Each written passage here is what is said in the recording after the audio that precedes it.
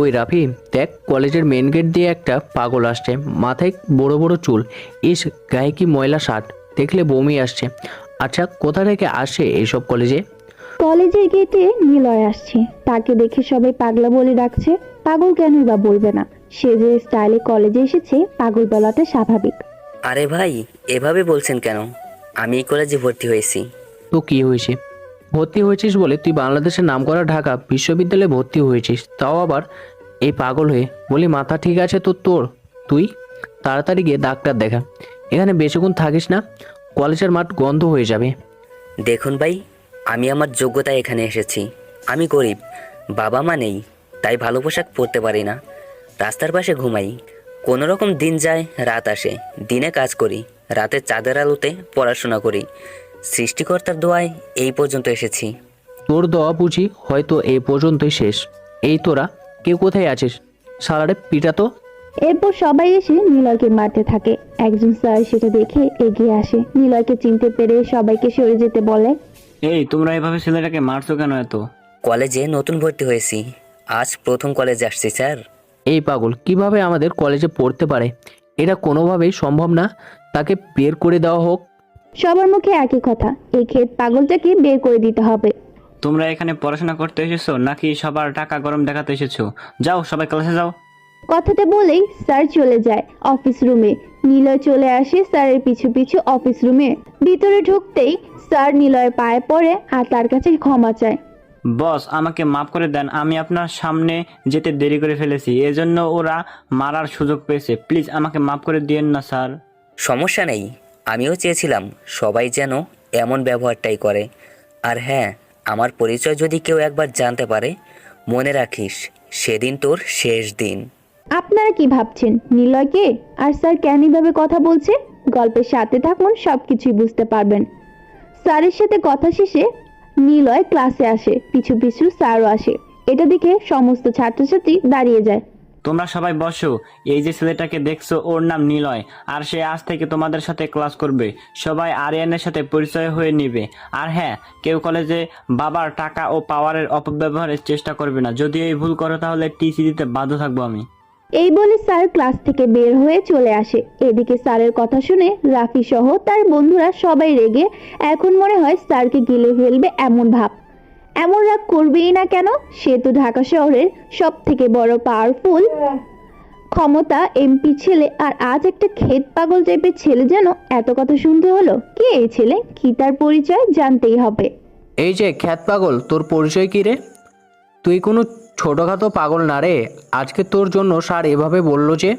দেখুন ভাই, আমি একজন সাধারণ এতিম ছেলে, বাবা মা নেই, কোনো রকম পরের থেকে চেয়ে খাই, আর রাতে চাঁদের আলো আর ল্যাম্পপোস্টের আলোতে পড়াশোনা করি। এই যে শোনো, আজকে তোমরা চলে যাও সবাই, সবার ছুটি। আর নিলয়, তুমি আমার সাথে আসো, তোমার থাকার ব্যবস্থা করে দেব। Okay sir. সবাই রুমে চলে যায়। নিলয় কাকে যেন কল করে আর আসতে বলে। সামনে রাস্তার প্রথম গলিতে আয়, আমার প্রিয় মেশিনটা নিয়ে আসিস। আর হ্যাঁ, আমার ব্যাগটা আনতে ভুলিস না কিন্তু। ওপাশে থাকা আরিফ বলে ওঠে। ওকে বস। বস, আপনার বাইক নিয়ে আসবো নাকি গাড়ি? তুই জানিস না আমি এখানে একটা মিশনে আসছি, গাড়িতে চলা যাবে না, তুই বাইক নিয়ে আয়। ওকে বস, আমি 10 মিনিটের ভিতরে চলে আসছি। 10 মিনিট পর আরিফ নিলয়ের কাছে আসে। তারা দুজনেই স্যারের পিছু পিছু যায়। নিলয়ের মুখে সার্জারি মাস্ক পরে, যেন কেউ চিনে না। বস, এই রুমটা আপনার জন্য সব থেকে পারফেক্ট হবে। ভিতরে এসি, সুইমিং পুল, ওয়াইফাই, আর আপনি চাইলে প্রতি রাতে একটি করে সুন্দরীও পাবেন। এই শোন, তোর এই মাথা থেকে দেহ আলাদা করে ফেলবো যদি কখনো আর মেয়েদের কথা বলিস। আমি কিং খান শুধু একটাই নেশা পছন্দ করি, সেটা রক্তের নেশা। রক্ত যেখানে, এই কিং খান সেখানে। আমি সব সহ্য করতে পারি, কখনো মেয়েদের সম্মানী আর বেইমানি না। যে আমার সাথে বেইমানি করে তাকে আমি আমার রক্তের নেশা লাগিয়ে দেই। ভুল হয়েছে, ক্ষমা করে দেন। এখান থেকে দূর হ। বস, আমি কি আমাদের সকল ক্লুদের এখানে আসতে বলবো? আরিফ, তুমি দিন দিন বোকা হয়ে যাচ্ছ। আমি গোপনে মিশনে আসি, এখানকার এমপির সমস্ত তথ্য আমার চাই। জি বস, 1 ঘন্টা লাগবে। না, আমি 10 মিনিট পর চাইছি। নিলয় আবারও কাকে যেন কল দেয়। কিছুক্ষণ কথা বলে তারপর ফোন কেটে দেয়। কথাগুলো ছিল ঠিক এই রকম। ডক্টর, আমার বোন কবে সুস্থ হবে, আর ও সুস্থ হয়ে আবার কবে সেই পুরাতন দিনের মতো আমাকে ডাকবে? ওপাশ থেকে ডাক্তার বলল, শুনুন নিলয়, আমি সহ বাংলাদেশের সব থেকে বড় বড় ডাক্তার আপনার বোনের জন্য 20 ঘন্টা অ্যাক্টিভ থাকি। চেষ্টা চালিয়ে যাচ্ছি, বাকিটা সৃষ্টিকর্তার হাতে। দেখুন ডক্টর, যত টাকা লাগে আমি দিব, আপনি শুধু আমার বোনটাকে ঠিক করে দিন। সব কিছু টাকা দিয়ে হয় না মিস্টার নিলয়, আপনি ধৈর্য ধরুন, সৃষ্টিকর্তার কাছে প্রার্থনা করুন। এই বলে কল কেটে দেয় ডাক্তার। নিলয় তার গায়ের নোংরা পোশাক খুললে নকল চুল সহ ছদ্মবেশী রূপটাও চেঞ্জ করে ফ্রেশ হয়ে রুমে আসে। আরিফ আগে থেকে নিয়ে এসেছে বিরিয়ানি, খাসির মাংস, সেগুলো খেয়ে নেয়। পরের দিন আবার সেই ছদ্মবেশ নিয়ে কলেজে আসে। আজ কলেজে আসতেই একটা মেয়ের সাথে ধাক্কা খায় নিলয়। সিনেমার মতো মেয়েটা পড়তে যাবে, ঠিক সেই সময় নিলয় মেয়েটাকে ধরে ফেলে। আরে এটা কি মেয়ে নাকি আকাশ থেকে সত্যনামা পড়ি? এই যে মিস্টার ভূত, এবার ছাড়েন, দেখা হয়েছে তো। সরি, আমাকে ক্ষমা করবেন, আমি দেখিনি। কি রে, তুই জানিস কাকে কোলে নিয়েছিস? এটা যদি রাফি দেখে তাহলে তোর জীবন এখানেই শেষ হয়ে যেত। কপাল ভালো রাফি আজ কলেজে আসেনি। এই মেয়েটা রাফির কি হয়, আর কে এই মেয়েটা? এটা হলো রাফির ছোট বোন শ্রাবণী, এই এলাকার এমপির একমাত্র কন্যা। তবে শ্রাবণী একদম সোজা সরল, একদম রাফির উল্টোটা। ঠিক বলেছিস তুই, সত্যি যেমন সুন্দর তেমনই ভদ্র। আপনারা কি ভাবছেন রাকিব কে? রাকিব আর নিলয় সকালে রাস্তার কথা বলে, ওদের পরিচয় হয়। নিলয়ের সাথে বন্ধুত্ব করেছে রাকিব। নিলয় ক্লাসে চলে আসে, রুমে ঢুকতেই তো আবার বড় একটা শকড। এটা কি করছে দেখছে সে? শ্রাবণী তাদের ক্লাসে, তাও আবার নিলয় যেখানে বসে, মানে পিছনের সিটে। নিলয় আর কিছু না ভেবে চলে আসে, শ্রাবণীর পাশে চুপ করে বসে পড়ে। আপনি এই ক্লাসে দুই ভাই বোন কি একসাথে পড়েন? জি, আমরা তো ভাই বোন, যমজ। রাফি ভাইয়া বড়, আমি ছোট। ও তাই নাকি? আপনাকে দেখে মনে হয় না রাফির বোন, কারণ রাফি অনেক খারাপ ব্যবহার করে, গরিবদের দেখতে পারে না। আর হ্যাঁ, আপনি যে এমপির মেয়ে সেটা দেখলে বোঝাই যায় না। দেখুন, আমরা সবাই মানুষ, এত দেমাগ অহংকার করে কি হবে? আমি এমপির মেয়ে, এটা তো আমার পরিচয় না, তাই না? বাহ, আপনি তো সুন্দর করে কথা বলতে পারেন। আপনি দেখতে যেমন সুন্দর, ঠিক মনটাও তেমনই সুন্দর। আমরা মানুষরা ঠিক মেহেদি পাতার মতো এক, কিন্তু মনের ভিতরে আর এক। আমরা মুখে বলি এক কথা, কিন্তু মনে পোষণ করি আরেক কথা। আমরা কি বন্ধু হতে পারি? শুধু বন্ধু হতে চাইলে ঠিক আছে, তার বেশি না। ওকে ফ্রেন্ডস, ডান। এই বলে নিলয় আর শ্রাবণী বন্ধুত্ব করে নেয়। ক্লাস শেষ করে নিলয়, শ্রাবণী, রাকিব একসাথে রাস্তার পাশে দাঁড়িয়ে বাসের জন্য অপেক্ষা করে। তাদের সবার বাসা একই দিকে। শ্রাবণী নিজের গাড়ি থাকতেও সে বাসে করে কলেজে আসে, এটা তার দৈনিক কাজ। আচ্ছা, তোমাদের সবার থেকে আজকের মতো বিদায় নিলাম, আগামীকাল আবার দেখা হবে। নিলয়ের বাসার কাছে থাকায় সে আগে নেমে আসে। তবে একটা কথা, নিলয়ের বাসা এখানে না, সে মূলত শ্রাবণী আর রাকিবের থেকে ঠিকানা গোপন করার জন্য এখানে এসেছে। আরিফকে কল দিল। আরিফ, কোথায় তুমি? এমপির বাসার রাস্তার পাশে বাইক নিয়ে আসো, আমি দাঁড়িয়ে আছি। ওকে বস। এরপর আরিফ বাইক নিয়ে চলে আসে। নিলয় বাইক চালায়, আরিফ পেছনে বসে থাকে। রুমে চলে আসে। বিকেলে নিলয় ফ্রেশ হয়ে আরিফকে বলে, এমপির খবর? এমপি হালায় তো পুরোই 2 নাম্বার। মানে কি বুঝিয়ে বলতো? বস কি আর বলবো, এই হালায় তো একটা কুত্তার বাচ্চা। কত শিশুগুলোকে যে ইন্ডিয়া থেকে লিবিয়া কতগুলো দেশে থেকে পাচার করে, সেটার কোনো হিসাব নাই। এমপির আদেশে অনেক নেতারা প্রতি রাতে মেয়েদেরকে নিয়ে ব্যবসা করে, গ্রামের সহজ সরল মেয়েদেরকে কাজের কথা বলে আনে, আর সেখানে এনে রাতের খাবার বানায়। এদিকে এমপির ছেলে রাফিও কম, সে কিসের, সে তো মদ আর মেয়ে ছাড়া কোনো কিছুই চেনে না। পুলিশ কিছু বলে না এদের? পুলিশ হাসালেন বস। যেখানে পুলিশ তার গরম শরীরকে ঠান্ডা করার জন্য গরিব নিরীহ মেয়েদেরকে মাত্র ড্রাগস দিয়ে বিছানায় গরম করে, সেখানে আপনি বলছেন পুলিশ কিছু করতে? এই থানার অফিসার ইনচার্জের জন্মসূত্র বের করো। বস জানি এটাই বলবেন, এর জন্য আমি আগের থেকে সবকিছু রেডি করে রেখেছি। এই দেখো। এই সুরের বাচ্চাও তো কম না। কে আর নারী পাগল, এদেরকে সরকার কি এই কাজে নিয়োগ দিয়েছে? এদের ধরে পুরুষাঙ্গ কেটে কুকুর দিয়ে খাওয়াতে হবে, শুধু অপেক্ষা কর। বস এই শহরে আমাদের 400-র মতো ক্লু আছে, যে কোনো সময় হুকুম দিলেই সবগুলোর কয়টিকে মাটিতে চেপে দিবে। কিং কাজ করে একাই, কিং ইজ অলওয়েজ কিং। হেল্পের সময় হলে সবাইকে বলবো, এখন আমার মতো কাজ করতে দিবি। ওকে বস। এই বলে রাতে খেয়ে নিলয় ঘুমিয়ে পড়ে। হঠাৎ সকালে টিভিতে নিউজ, ব্রেকিং নিউজ, আজ চৌরাস্তার মোড়ে গলা হাত পা পুরুষাঙ্গ কেটে আলাদা করা একটা লাশ পাওয়া গেছে। ধারণা করছে এটা এই থানার অফিসার ইনচার্জের লাশ। লাশের পাশে রক্ত দিয়ে লেখা ছিল, রক্ত পিপাসিত কিং কামিং। ঢাকা সাংবাদিকের মুখে কথাগুলো শুনে শহরের প্রতিটা মানুষের মুখে খাবার হাত থেকে পড়ে যায়। বাচ্চারা টয়লেট করতে ভুলে যায়, দাদুরা ভয়ে কাঁপতে শুরু করে। সবাই জানে রক্ত পিপাসিত কিং হলো সেই মাফিয়ার যার সামনে স্বয়ং জিবেল আসতেও ভয় পায়। কিং এর আসল নাম ভিলেজ কিং। সে আগে যে গ্রামে থাকতো সেখানকার সকল বেঈমান দুর্নীতিকে এমনভাবে শেষ করেছে, এটার ইতিহাস সবাই জানে। মনে পড়লে কেউ ভুল করেও ভয় পায় না। বস আপনি কোথায়? পাশের চায়ের দোকানে খবর যেটা দেখছি সেটা কি সত্যি? আজকে রেডি থাকিস, তোকে সাথে যেতে হবে। ঠিক আছে বস, তবে ব্যাগ নেওয়া যাবে না। ব্যাগের ভিতরে জিনিস দেখলেই আমার ভয়ে জান থাকে না। আপনি যখন কাউকে শাস্তি দেবেন তখন আমি দেখতে পারবো না। সমস্যা নেই, আজকে শুধু গলার একটা হাত কাটবো। ওকে বস, তাহলে সমস্যা নাই, আমি আসছি। তাড়াতাড়ি আসিস, রুমে গিয়ে একটু ঘুমাবো, রাতে কাজ আছে। জি বস। 5 মিনিটে আসছি। এরপর আরিফ সেখানে আসে। নিলয় আজকে বাইকের পেছনে বসেছে আর আলিফ চালাচ্ছে। আরিফ ভয়ে ভয়ে আছে, কারণ সে ছোট থেকে নিলয়ের সাথে আছে, কখনো বলেননি আরিফকে বাইক চালাতে। আজ কেমন যেন পরিবর্তন দেখাচ্ছে। আরিফ, তুই কি কোনো কারণে ভয় পাচ্ছিস? না মানে একটু। আমি থাকতে তোর ভয় কিসের? কি হয়েছে তোর? না মানে আপনি আজ পিছনে এর জন্য। আরে পাগলা, এখন থেকে সব কিছুই শিখে রাখবি। আমি না থাকলে তুই তো এই টিমটাকে চালাবি। ওকে বস। এভাবে কথা বলতে বলতে বাড়িতে চলে আসে। হঠাৎ আরিফ ব্রেক করে। এভাবে কেউ ব্রেক করে? ভাই বাসায় চলে এসেছি। তাই? ওকে, গাড়ি পার্ক করে আমার জন্য 1 কাপ গরম কফি করে দিস।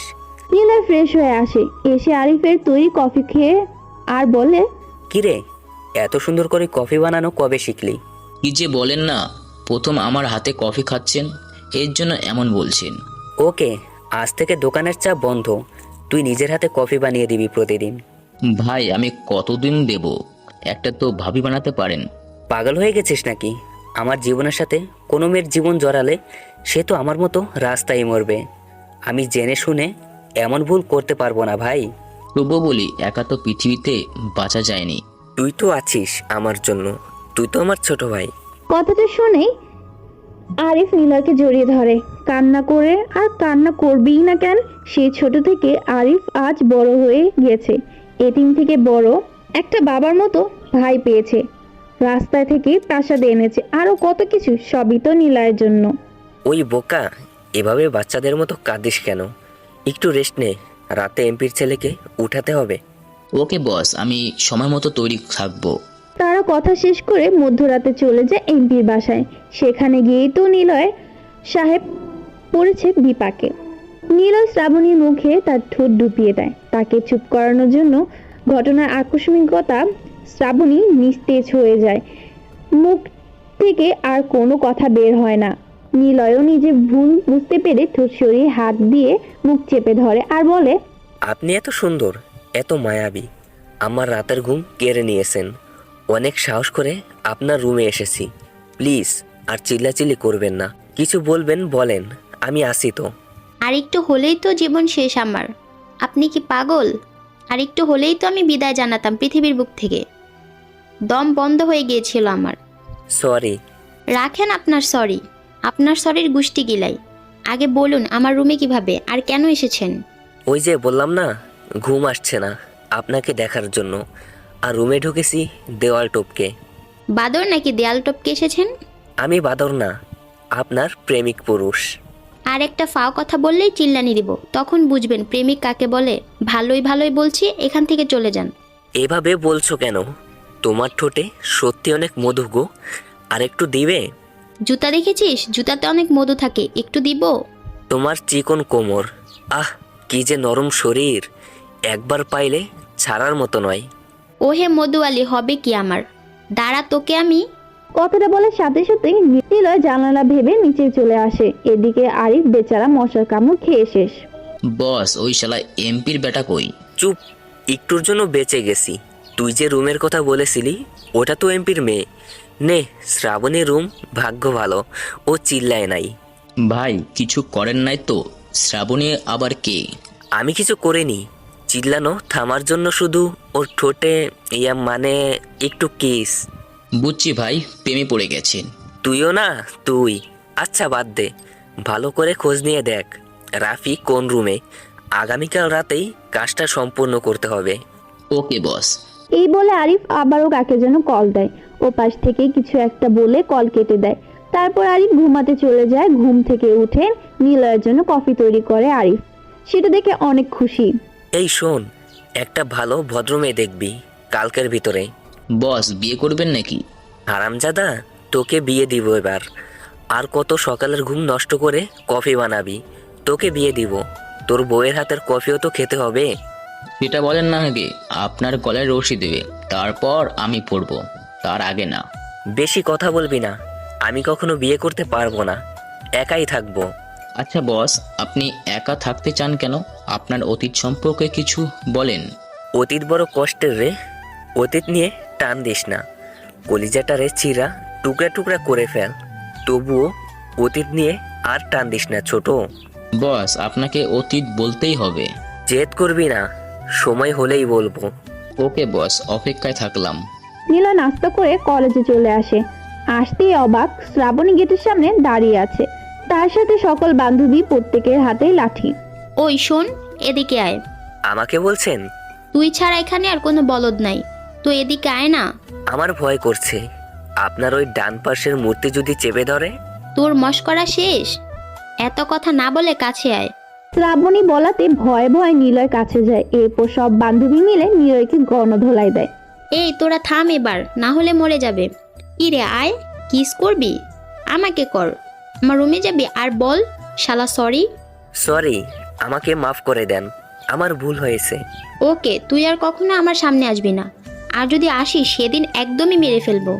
শালার কিস রে, দেখতে ভদ্র মনে হলেও ভেতরে যে এত তেজ আল্লাহই ভালো জানে। যার বউ হবে তার কি অবস্থা হবে। এসব কথা ভাবে আর আস্তে আস্তে হেঁটে ক্লাসে চলে যায়। স্যার নিলয়কে দেখে বলে, নিলয় তোমার এই অবস্থা হয়েছে কিভাবে? স্যার, কলেজে আসার সময় কিছু গরু গাধা মহিষেরা আমাকে হামলা করেছিল। ভাগ্য ভালো শ্রাবণী দেখেছিল, আমাকে বাঁচিয়ে নিয়ে এসেছে। আর শ্রাবণীর অনেক সাহস, ছেলে হয়ে যেটা পারি না শ্রাবণী মেয়ে হয়ে সেটা করে দেখিয়েছে। সত্যি বলছো? শ্রাবণী মনে মনে তার প্রশংসা করছে নাকি অপমান করছে।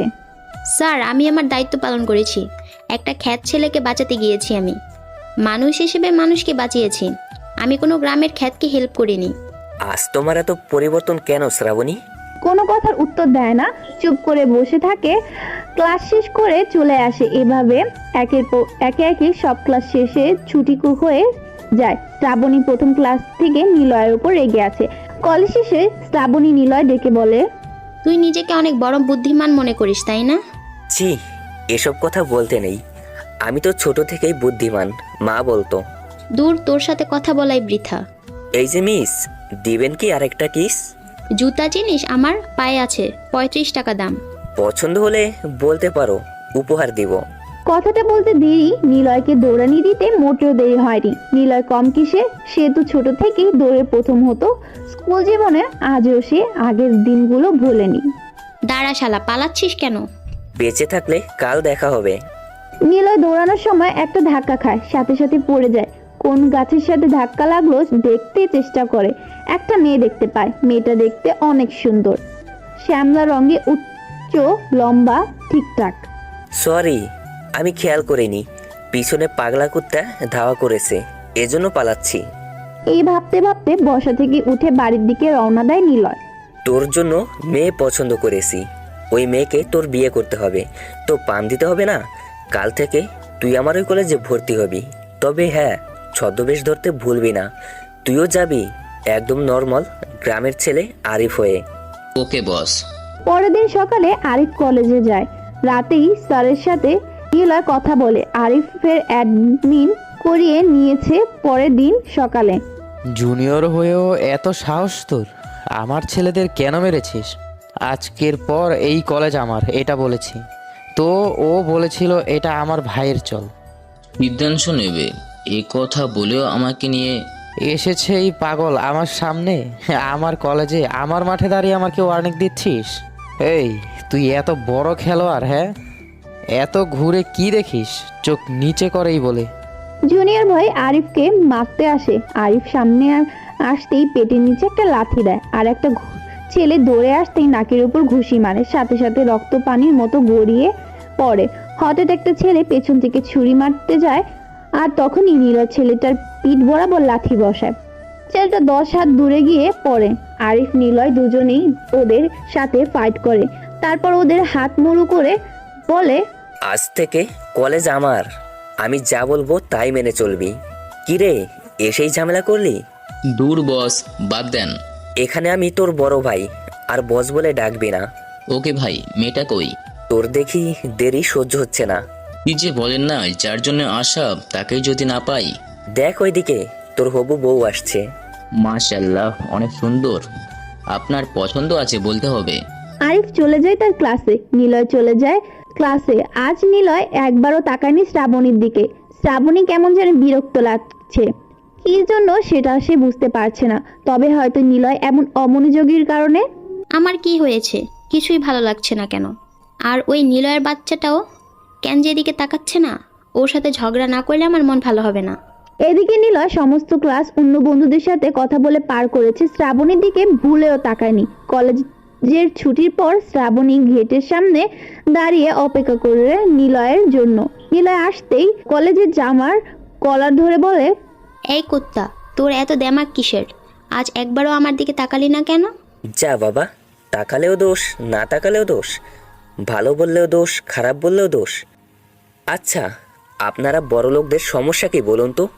বাপের টাকা থাকলে নিজেদের মন মতো করে সব পাইতে হবে নাকি? গরিবরাও তো মানুষ। তোর লেকচার শোনার জন্য আসিনি, বুঝলি? তুই কালকে থেকে আমার পাশে বসবি আর আমার সাথে শুধু কথা বলবি। আপনার কথাই কি সব হবে নাকি? তোর মোবাইল নাম্বারটা দে। আমার আপনার মতো দামি ফোন নাই, কোনো রকম একটা ভাঙা বাটন ফোন আছে। ওকে, এই নেন, 017542228। একটা মিস কল দিয়ে শ্রাবণী বলে, আর এই নাম্বারটা সেভ করে রাখবি। আর হ্যাঁ, যখন কল দিব তখনই রিসিভ করবি, নইলে খবর আছে। এখন চল, রাস্তার ওপাশে একটা ফুচকার দোকানে ফুচকা খেতে হবে। সরি, আজ হবে না। আমার একটা ছোট ভাইয়ের নতুন ভর্তি হবে, ওকে নিয়ে বাসায় যেতে হবে। ওকে, তাহলে কালকে খাবো। এই বলে শ্রাবণী চলে আসে। এদিকে আরিফ ওই মেয়েটার দিকে সমস্ত ক্লাস সময় তাকিয়ে থাকে। একটা মিনিটও স্যারের কথা শোনেনি। মেয়েটা আরিফের তাকানো দেখে নিজেকে গোপন করতে চায়, কিন্তু পারে না। ছুটি শেষে মেয়েটা সামনে হাঁটছে, পিছনের দিকে থেকে আরিফ ডাক দেয়, এই যে মিস, একটু শুনবেন? জি বলুন। আপনার নাম কি জানতে পারি? আমার নাম প্রীতি। অনেক সুন্দর নাম। আচ্ছা, আমরা একসাথে পড়াশোনা করি, একই ক্লাসে পড়ি, তাহলে আমরা বন্ধু হতে পারি কি? জি আচ্ছা, আজ আসি, আমার বাসায় যেতে হবে, মায়ের ওষুধ খাওয়ানোর সময় হয়ে গেছে। আপনার মা বাবা আছে কি? ভাই বোনও আছে? সরি, তাহলে আপনাদের সংসার কিভাবে চলে? এই কোনো রকমে চলে। আমি কলেজ থেকে বাসায় গিয়ে সেলাই মেশিনে কাজ করি। তারা দুজন অনেক কথা বলে, তারপর যার যার বাসায় চলে যায়। আরিফ, মেয়েটার সাথে কথা হয়েছে? জি বস, মেয়েটা বড়ই অসহায়, বাবা নেই, মা নেই, ছোট ভাই আর একটা বোন। মাও আছে, সেলাইয়ের মেশিনে চালায়, কোনো রকমে দিন চলে। পছন্দ হয়েছে? হলে বল, তোদের বিয়ের ব্যবস্থা করি। পছন্দ তো 100%, তবে আমি চাই মেয়েটার সাথে কিছুদিন রিলেশন করে তারপর তাদের পরিবারের দিকটা কিছুটা উন্নতি করে দেব, মায়েরও চিকিৎসা করিয়ে দেব, সবশেষে বিয়েটাও করে নেব। তাহলে কেমন হবে? তুই যেটা ভালো মনে করিস সেটাই করবি। তবে হ্যাঁ, ওই মেয়েকে এই বাড়ির বউ দেখতেই চাই। একটা কফি বানাতো, তারপর ব্যাগটা রেডি কর, একটাকে উপরে পাঠাতে হবে। ওকে বস। কথাটা বলে আরিফ কফি তৈরি করে ব্যাগও গুছিয়ে নেয়। ব্যাগটি নিয়ে বাইকে রাখে। তারপর দুইজন দুইটা কালো ড্রেস, মুখে ভয়ঙ্কর মাফিয়ার মাস্ক, যে কেউ দেখলে ভয়ে হোশ হারাবে এভাবে চলে আসে একটা বাড়ির পাশে। রাত হয়ে যাওয়াতে ছোট্ট লাইট দিয়ে দেখা দেওয়াল টপকে বাড়ির ভেতরে ঢুকে নিলয়। তারপর কিছুক্ষণ পর একটা বস্তা কাঁধে নিয়ে ফিরে আসে। অনেক কষ্ট করে বস্তা নিয়ে দেওয়াল টপকিয়ে ঠিক আগের দিনের জায়গাটাতে লাশটা ফেলে রাখে।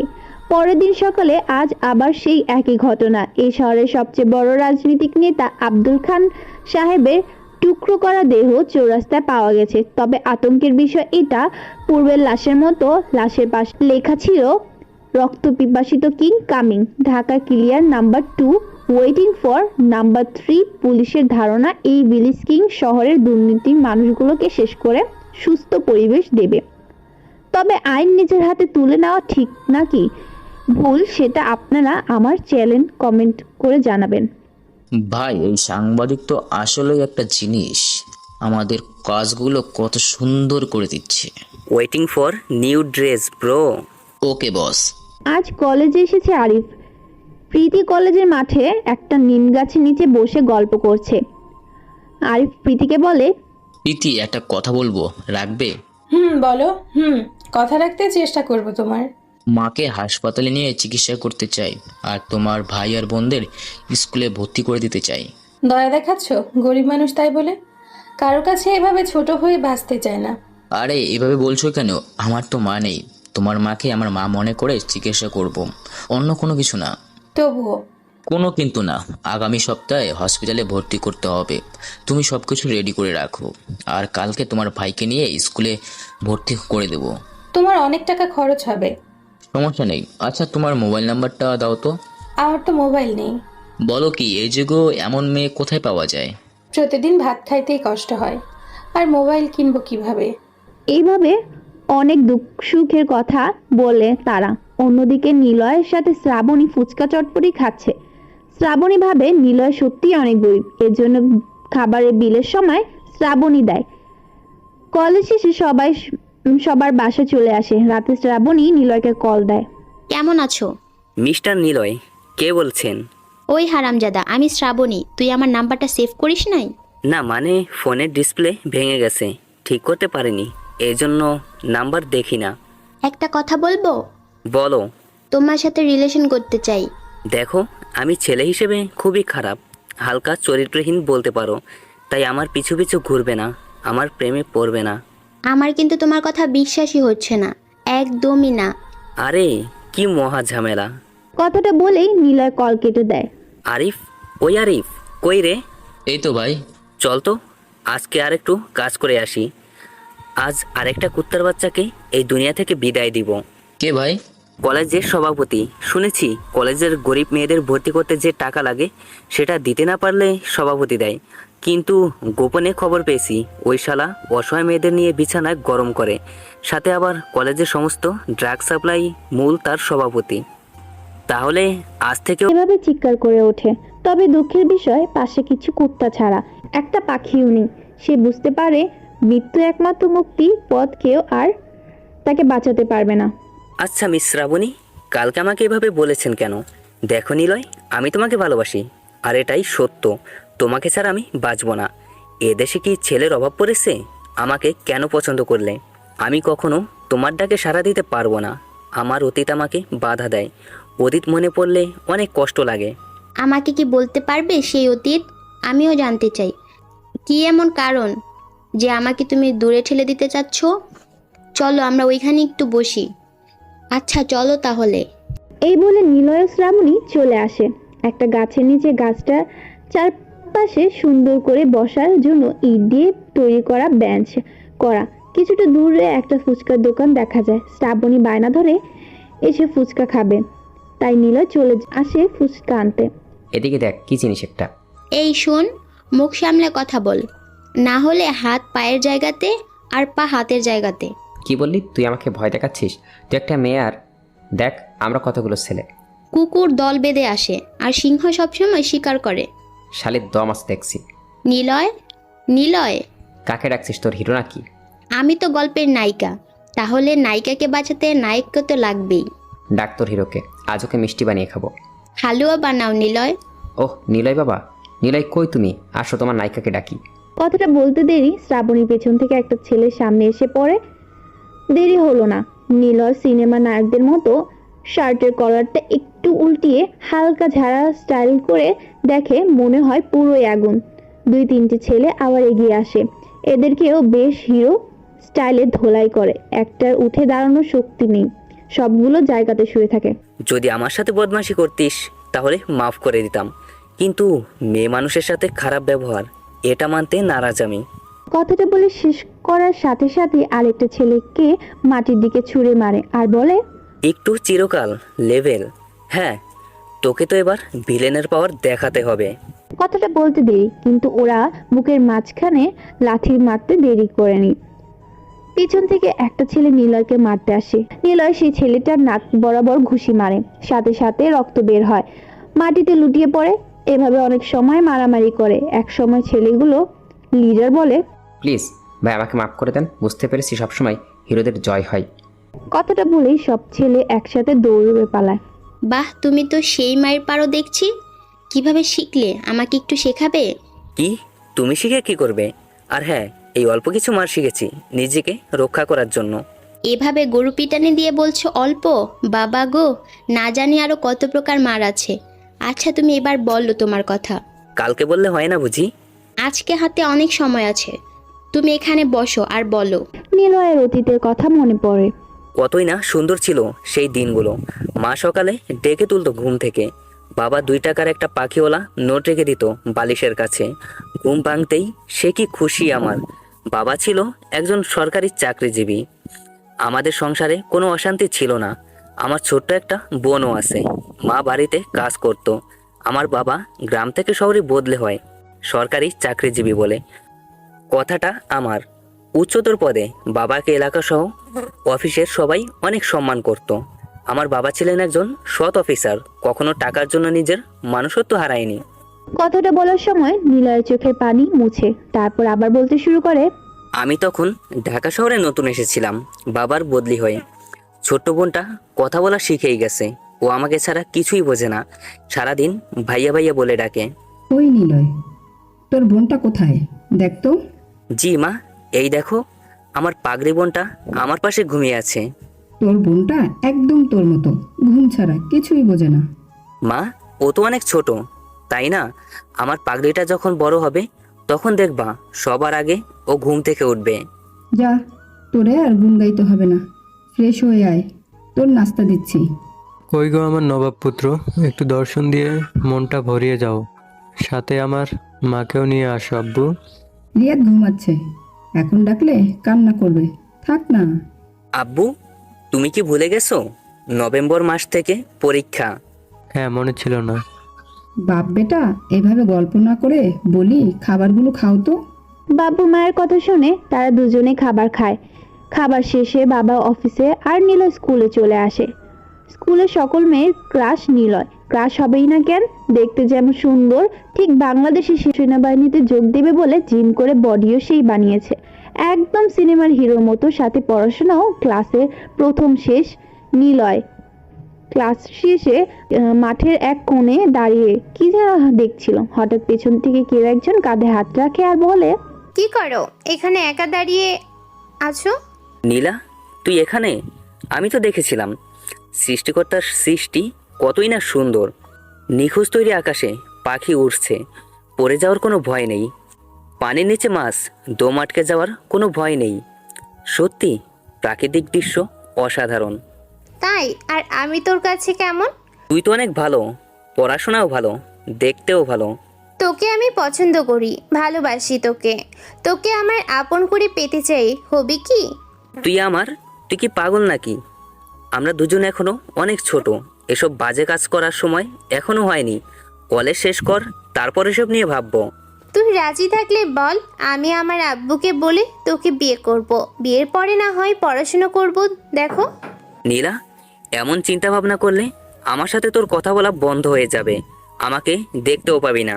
কথাটা বলেই নিলয় চলে যায়। নীলা পেছন থেকে অনেক ডাকাডাকি করে, তবুও কোনো কাজ হয় না। নিলয় বাসায় গিয়ে বাবাকে স্কুল পরিবর্তনের কথা বলে, কিন্তু সামনে পরীক্ষা, কথা চিন্তা করে।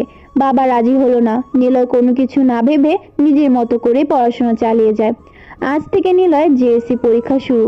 বাবা তাকে পরীক্ষার হলে দিয়ে আসে।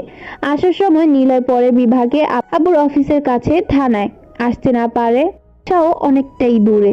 নীলার আব্বু এসে নীলাকে নিতে।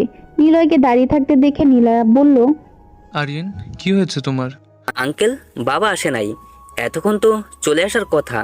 হয়তো অফিসে কোনো কাজ আছে, এজন্য দেরি হচ্ছে। যদি কিছু মনে না করো তাহলে আমাদের সাথেই যেতে পারো, রাস্তা তো একটাই। নিলয় কিছুক্ষণ ভাবে, কোনো উপায় না পেয়ে নীলার সাথেই চলে আসে। নীলার আব্বু থাকায় তেমন একটা কথা হয়নি। নিলয় বাসার সামনে নেমে আসে। বাড়িতে ঢুকে অবাক, মা ফ্লোরে পড়ে আছে, ছোট বোনটার হাতে রক্ত, কান্না করছে। মা, ও মা, কি হয়েছে বোন আমার? কি হয়েছে বল, কান্না করছিস কেন? কি হয়েছে বল। ভাইয়া, কিছু বাজে লোক এসেছিল, মাকে মেরেছে আর আমার হাতে ছুরির আঘাত করেছে। আরো বলেছে আব্বু যদি কাগজে স্বাক্ষর না করে তাহলে সবাইকে মেরে ফেলবে। ওদের নাম কি বলেছে জানিস? কে ওরা? ভাইয়া শুধু বলেছে এমপির ডান হাত, আর একজন বলেছিল সভাপতি সাহেব। কথাটা শুনে তারপর মায়ের মুখে পানি মেরে হোশা ফেরায়। মা, কি হয়েছে? আর ওরা কারা? এখানকার এমপির চালাগন একটা খারাপ কাজের জন্য তোর আব্বুকে ঘুষ দিতে চেয়েছিল, কিন্তু তা পারেনি, এই জন্য আমাদের উপর হামলা করেছে। দেখ, তোর বোনটার হাত কেটেছে, বলেছে কাগজে স্বাক্ষর না করলে মেরে ফেলবে। তুমি ভেবো না মা, আমি বাবাকে বলবো কালকে এই নিষিদ্ধ শহর থেকে বিদায় নিতে। এই শহরে শুধু রক্তের খেলা চলে, এখানে থাকা যাবে না। নিলয়ের বাবা দরজা থেকে ভিতরে পা দিতেই সেও একই কাণ্ড দেখে দায়িত্ব সিদ্ধান্ত নেয় কালকে গ্রাম ছেড়ে চলে যাবে। নিলয়, কালকে স্যারকে বলে টিস নিয়ে আসবি, আর তোর সব জিনিস গুছিয়ে রাখবি। সকাল সকাল চলে যেতে হবে। বাবা, আমার পরীক্ষা শেষ হলেই যাই, না হলে তো আবারও 1 বছর পিছনে পড়ে যাব। ছেলের কথায় বাবার হুঁশ ফিরল। ওকে বাবা, তাহলে পরীক্ষা শেষ হলেই চলে যাব। হঠাৎ একদিন পরীক্ষা শেষে রাস্তা দিয়ে নীলা হেঁটে আসছিল। পেছন থেকে একটা গাড়ি এসে তাদের দুজনকে নিয়ে চলে আসে। নিলয় ছোট থাকায় ততটা মারামারি করতে পারে না, ওরা অনেকজন থাকে, নিলয়কে আত্মমারা করে। সেদিন আমাকে মারাতে কষ্ট পাইনি, বেশি কষ্ট পেয়েছি যখন একটা ছেলে বলেছিল। তখন আমার কান্নায় চোখ ভিজে পানি মাটিতে গড়িয়ে পড়ে। 2টা ছেলে মিলে নীলাকে সারা রাত ভোগ করে। তারপর সকালে তাদের সাথে থাকা অন্য ছেলেরা সারাদিন কুকুরের মতো ছিঁড়ে ছিঁড়ে নীলার শরীরে ব্যথা রক্তক্ষয়ের কারণে আধমরা হয়ে যায়। এভাবে 2 দিন নীলার দেহে কুকুরের থাবা পড়ে।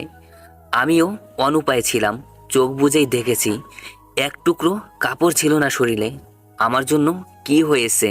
নীলার সামনে নীলার এই করুণ দশা, এটা কিছুতেই মেনে নিতে পারছে না।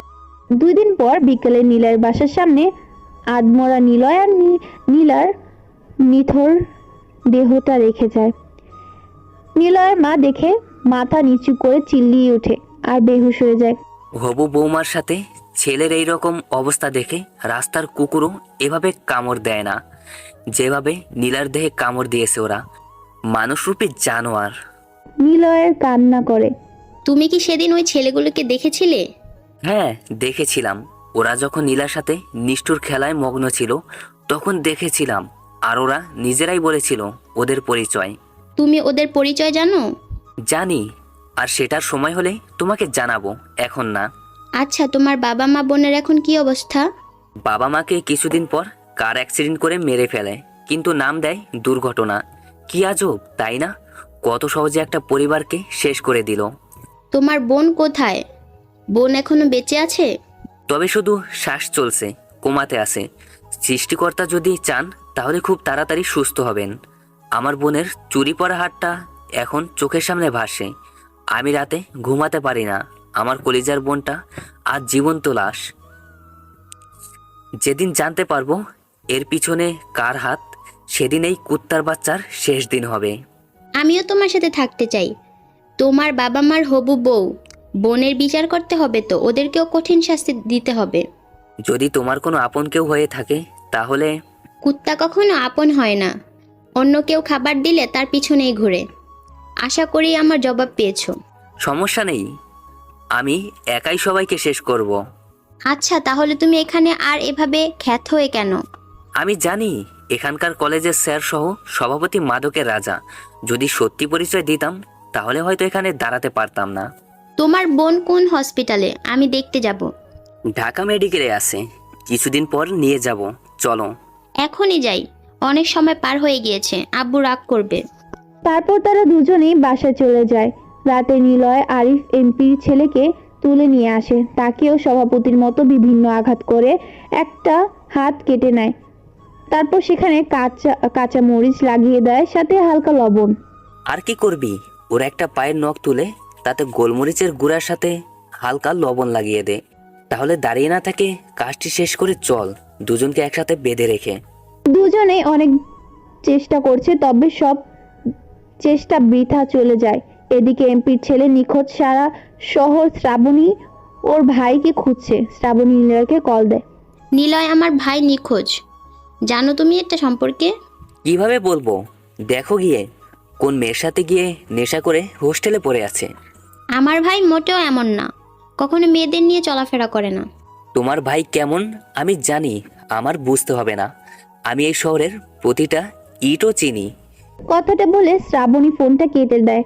তারপর আব্বুর সাথে পুলিশ স্টেশনে গিয়ে রিপোর্ট লিখে আসে। এদিকে নিলয় আজ রাতে আরো একটা ধর্ষককে তুলে নিয়ে এসেছে। তাকে ওই এমপির ছেলের মতোই একই শাস্তি দেয়। তিনজনকে একসাথে বেঁধে পায়ের তলে বরফ রাখে, চিল্লাতে না দেওয়ার জন্য মুখে টেপ বেঁধে দেয়। এভাবে চলে যায় আরো 2 দিন।